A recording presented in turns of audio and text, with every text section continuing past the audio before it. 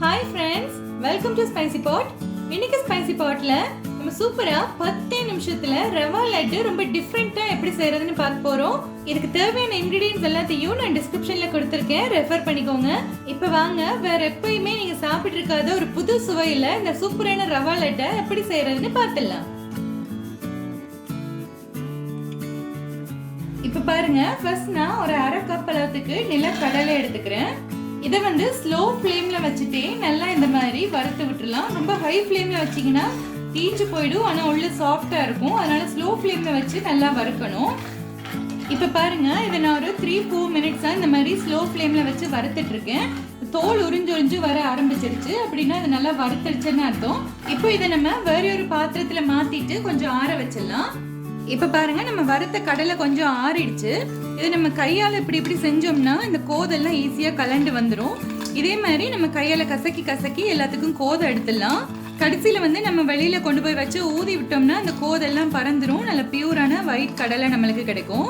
இப்போ பாருங்க, இந்த நிலக்கடலையை தோல் எடுத்துட்டு இந்த மாதிரி ஒரு மிக்ஸி ஜாரில் சேர்த்து வச்சிருக்கேன். இதை வந்து நம்ம கொரகொரப்பாக அரைச்சி எடுத்துடலாம். ரொம்ப பவுடர் ஆக்க வேணாம், கொஞ்சம் கொரகொரன்னு இருந்தால் தான் நல்லா இருக்கும். இப்போ பாருங்க, இது நல்லா இந்த மாதிரி கொரகொரப்பா அரைச்சி எடுத்தாச்சு. இப்போ அடுத்து பாருங்க, நல்லா அழுத்தி அளந்திருக்கேன். ஒரு அரை கப் அளவுக்கு தேங்காய் பூ எடுத்துக்கிறேன்.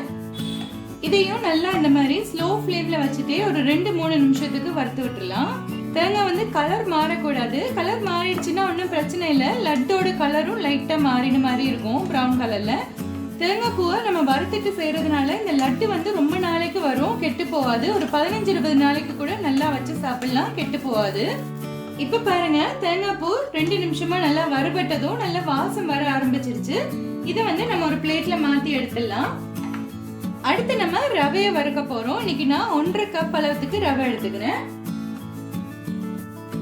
இதையும் நம்ம ஸ்லோ ஃப்ளேம்ல வச்சு ஒரு 2-3 நிமிஷத்துக்கு நல்லா வறுத்துடலாம். கலர் மாறக்கூடாது, வாசனை வர்ற வரைக்கும் வறுத்துடலாம். நம்ம நெய்யோ எண்ணெயோ எதுவும் சேர்க்க வேண்டியதில்லை, ட்ரை ரோஸ்ட் பண்ணாலே போதும். இப்போ பாருங்க, நான் ரவையை கைவிடாம மீடியம் ஃப்ளேம்ல வச்சு ஒரு 3 நிமிஷம் நல்லா வறுத்துட்டேன். நல்ல வாசனை வர ஆரம்பிச்சிருச்சு. இந்த ஸ்டேஜ்ல நம்ம 1.5 கப் அளவுக்கு சுகர் சேர்த்துடலாம். ரவை எந்த அளவுக்கு எடுக்கிறோமோ அந்த அளவுக்கு நம்ம சுகர் சேர்த்துக்கணும். இப்போ இந்த ரவையையும் சுகரையும் சேர்த்து லைட்டா நம்ம மிக்ஸ் பண்ணிட்டு இருக்கலாம். இப்ப பாருங்க, நான் சுகர் சேர்த்து இந்த மாதிரி ஒரு 2 நிமிஷத்துக்கு கிளறி விட்டுட்டு இருக்கேன். சுகர் வந்து உருகி திரண்டு வர ஆரம்பிக்குது. இந்த ஸ்டேஜ்ல நம்ம வறுத்து வச்சு தேங்காய் பூவை சேர்த்துடலாம். அடுத்து கொரன்னு அரைச்சு வச்சோம்ல இந்த நிலக்கடலை, அதையும் சேர்த்துடலாம்.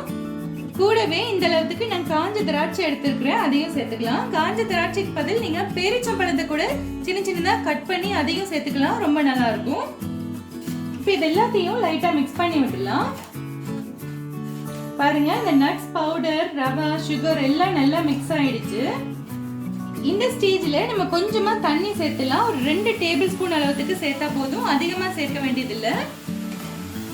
இதை வந்து இப்படி லைட்டா மிக்ஸ் பண்ணி விட்டுடலாம். இது எல்லாமே நல்லா கம்பைன் ஆகி ஒரு மாதிரி திரண்டு வரணும், அது வரைக்கும் மிக்ஸ் பண்ணிடலாம். தண்ணி பத்தலைன்னா நீங்க வந்து ரவா லட்டு பிடிக்கிறப்ப கூட தெளிச்சு பிடிக்கலாம். அதனால நிறைய சேர்த்துடாதீங்க, நிறைய சேர்த்தீங்கன்னா வீணா போயிடும். இப்ப பாருங்க, நம்ம தண்ணி தெளிச்சதும் இந்த மாதிரி திரண்டு வர ஆரம்பிச்சிருச்சு. இந்த ஸ்டேஜ்ல எல்லாத்தையும் நல்லா மிக்ஸ் பண்ணிட்டு ஸ்டவ் ஆஃப் பண்ணிடணும். இந்த ரவா லட்டு வந்து நம்ம கொஞ்சம் சூடாவே பிடிக்கணும், ரொம்ப ஆறிடுச்சுன்னா பிடிக்க முடியாது. இப்ப பாருங்க, நான் ஒரு பாத்திரத்துல தண்ணி வச்சிருக்கேன். கையை வந்து கொஞ்சம் தண்ணியில நனைச்சுக்கலாம், ஏன்னா வந்து சூடு தாங்கிறதுக்காக. அப்புறம் வந்து இந்த டெக்ஸ்டரும் ரவா லட்டுக்கு பிடிக்கிறப்ப கரெக்டா வரும். ஒரு போர்ஷன் எடுத்து இந்த மாதிரி போட்டு நல்லா இந்த மாதிரி அழுத்தி பிடிச்சிடலாம். தேவையான சைஸ்க்கு உங்க கைக்கு எவ்வளவு கொள்ளுதோ அந்த அளவுக்கு செஞ்சிடலாம். ரொம்ப ஆறி இந்த ரவா லட்டு வந்து பிடிக்க வரல அப்படின்னா நீங்க மறுபடியும் ஸ்டவ்ல வச்சு லைட்டா ஒரு டீஸ்பூன் தண்ணி தெளிச்சு விட்டு இதை ஹீட் பண்ணணும். ஹீட் பண்றப்பதான் இந்த சுகர் வந்து இலகி கொடுக்கும். அப்படி இலகுறப்பதான் இந்த ரவா லட்டு இப்படி பிடிக்க நல்லா வரும். இப்ப பாருங்க, இதோட டெக்ஸ்டர் வந்து எவ்வளவு அழகா வந்திருக்குன்னு. நல்லா பிடிச்சு அப்படி செட் ஆயிடுச்சு. நல்லா சூடாவே பிடிச்சிங்கன்னா தான் இந்த மாதிரி பிடிபடும். ஆறிடுச்சுன்னா உதுந்து தான் வரும். நீங்க மறுபடியும் ஸ்டவ்ல அப்படியே அந்த கடாயை வச்சு லைட்டா தண்ணி தெளிச்சு கிளறி சூடு பண்ணிட்டு மறுபடியும் பிடிக்க ஆரம்பிச்சிடலாம். இப்ப இதே மாதிரி நம்ம கிட்ட இருக்கிற எல்லா ரவையையும் குட்டி லட்டா செஞ்சிடலாம். இப்ப பாருங்க, நம்ம எல்லா ரவா லட்டையும் பிடிச்சு வச்சிருக்கோம். நான் வந்து கொஞ்சம் மீடியம் சைஸ்ல தான் பிடிச்சிருக்கேன். என் கைக்கு அவ்வளவு சைஸ் தான் வருது. 22 லட்டு நம்மளுக்கு இன்னைக்கு கிடைச்சிருக்கு. நம்ம நிறைய இடங்கள்ல ரவா லட்டு சாப்பிட்டுருப்போம். ஆனா எங்க அம்மா செய்யற மாதிரி ரவா லட்டு நான் எங்கேயுமே சாப்பிட்டது கிடையாது. நிலக்கடலை, முந்திரி இல்லைன்னா நீங்க டேட்ஸ் கூட சேர்த்துக்கலாம். அதுவும் ரொம்ப நல்லா இருக்கும். இதெல்லாம் சேர்த்து செய்யறப்போ இந்த ரவா லட்டோட டேஸ்டே வேற லெவல்ல இருக்கும்.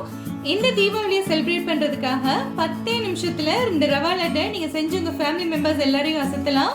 இந்த ரெசிபி உங்களுக்கு பிடிச்சிருந்துச்சுன்னா என்னோட சேனலை சப்ஸ்கிரைப் பண்ணுங்க. மறக்காம கமெண்ட் பண்ணுங்க. உங்க கமெண்ட்ஸ் ரீட் பண்றதுனா எனக்கு ரொம்ப ரொம்ப பிடிக்கும். அப்படியே உங்க ஃப்ரெண்ட்ஸ் அண்ட் ஃபேமிலி கூட ஷேர் பண்ணுங்க. நன்றி.